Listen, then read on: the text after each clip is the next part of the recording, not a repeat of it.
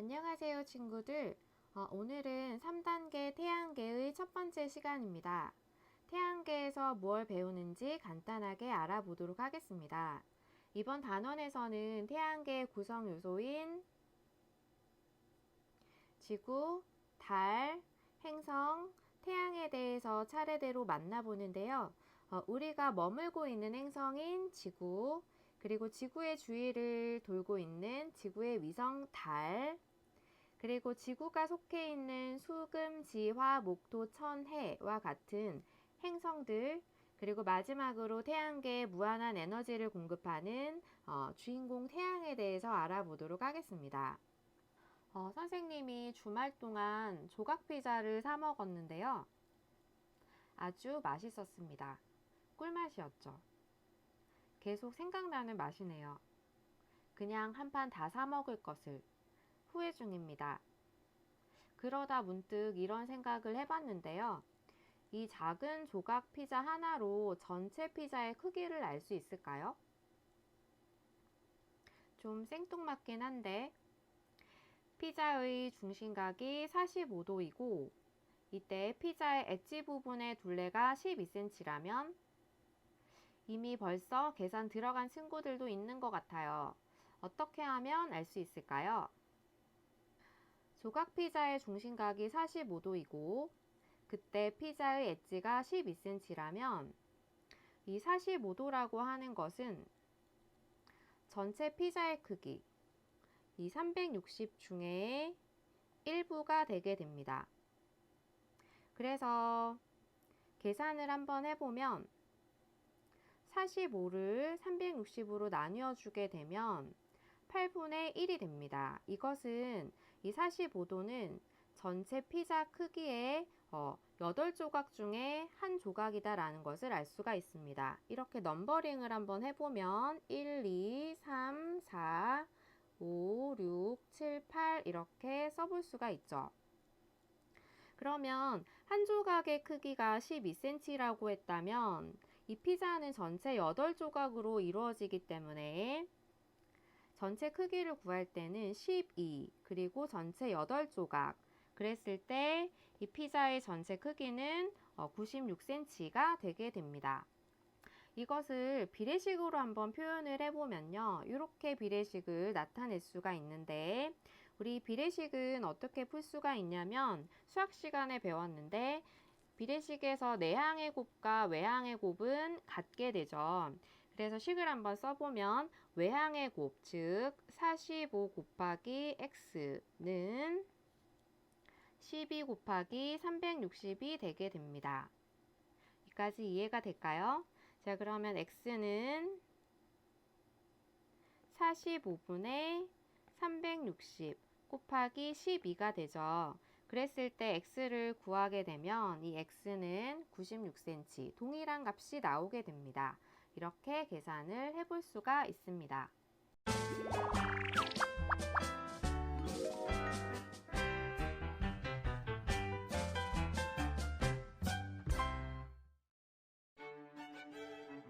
지금으로부터 약 2300여 년 전 막대 하나로 지구 둘레를 잰 사람이 있었습니다. 그는 수학, 천문학, 지리학 등 매우 다양한 분야에서 업적을 남겼던 에라토스테네스입니다.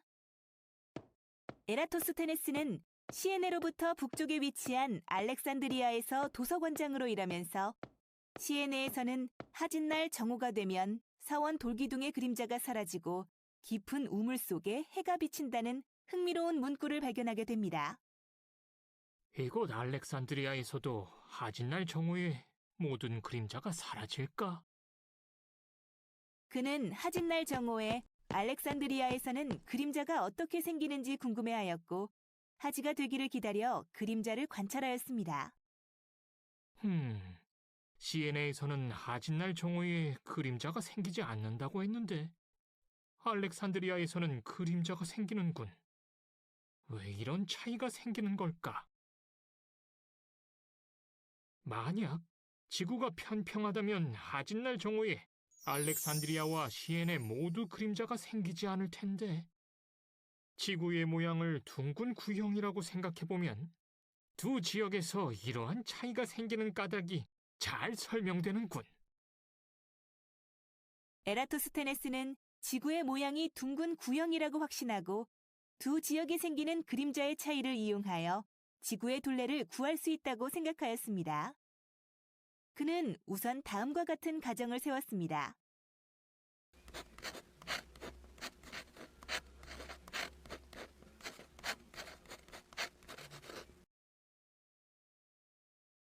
먼저 지구로 들어오는 햇빛이 평행하다고 가정을 하게 되면 하진날 알렉산드리아에서 관측한 막대 끝과 그림자 끝을 이은 선이 막대와 이루는 각도인 7.2도는 시에네와 알렉산드리아 사이에 지구 중심각과 엇각의 관계가 있어서 그 크기가 같게 되지. 또 지구가 완전한 구형이라고 가정하게 되면 원의 성질에서 중심각의 크기와 호의 길이가 비례한다는 성질을 적용할 수 있어. 에라토스테네스는 여러 가지 정보를 통해 알렉산드리아에서 시에네까지의 거리가 5,000 스타디아, 즉 약 925km라는 것을 미리 알아냈습니다. 7.2도는 전체 원의 각 360도의 50분의 1에 해당하는 값이므로 알렉산드리아에서 시에네까지의 거리를 알아내 50배를 곱하면 지구 전체의 둘레값을 알아낼 수 있습니다. 즉, 중심각의 크기와 호의 길이가 비례하므로 7.2도 대 925km는 360도 대 지구의 둘레의 관계식이 성립됩니다. 그리고 이렇게 해서 구한 지구의 둘레가 46,250km라는 사실을 알아내었습니다. 이 값은 실제 지구 둘레인 약 4만 km와는 차이가 있었지만 당시의 측정 기술을 고려할 때 에라토스테네스가 구한 값은 비교적 정확하다고 할 수 있습니다. 지구 둘레를 계산하는데 에라토스테네스에게 필요했던 건 기본적인 계산식과 풍부한 상상력과 과학적 창의성이었습니다. 네, 영상을 잘 보셨나요? 자, 2300년 전에 지구의 크기를 측정했던 에라토스테네스의 땀과 노력의 시간들은 정말 대단하다는 생각이 드는데요.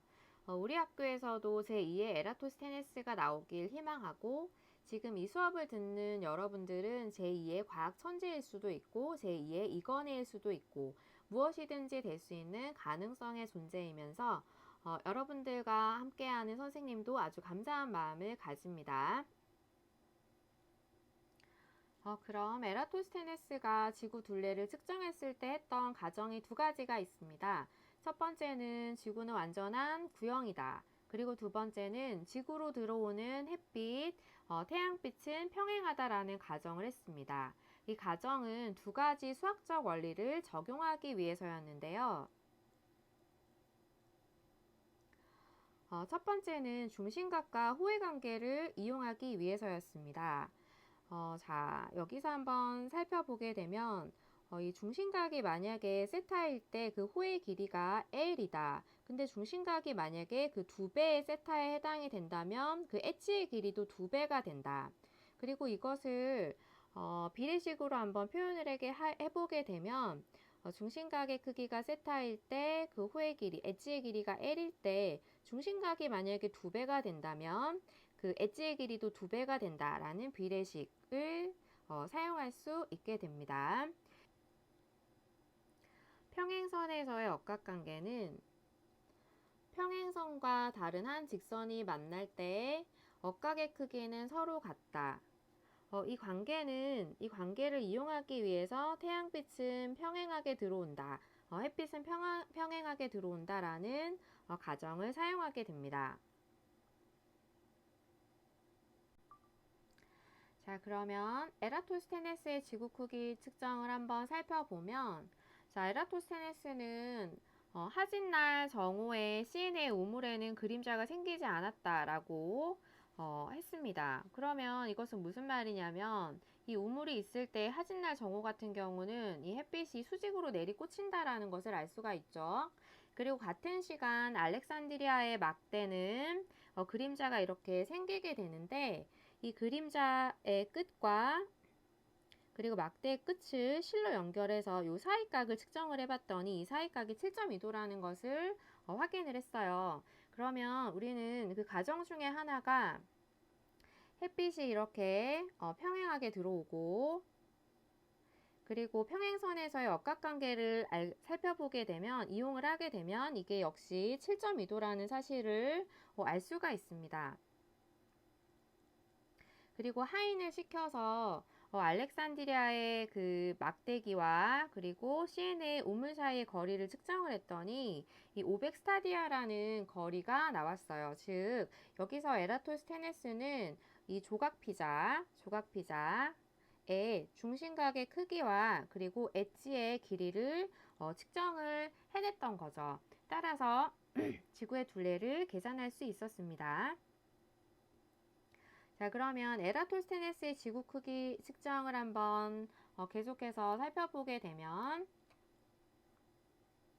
자, 에라토스테네스는 조각피자의 중심각 7.2도, 그리고 엣지의 길이 500스타디아, 그리고 이 7.2도는 전체 피자 크기를 측정을 해야 되니까 360, 여기가 360이 되는 거죠. 360 중에서 이 전체 피자의 크기는 얼마일까? 이렇게 비례식을 세워서 계산을 하게 된 거고, 그리고 이거를 식으로 한번 표현을 해보면 이렇게 표현을 할 수가 있고요.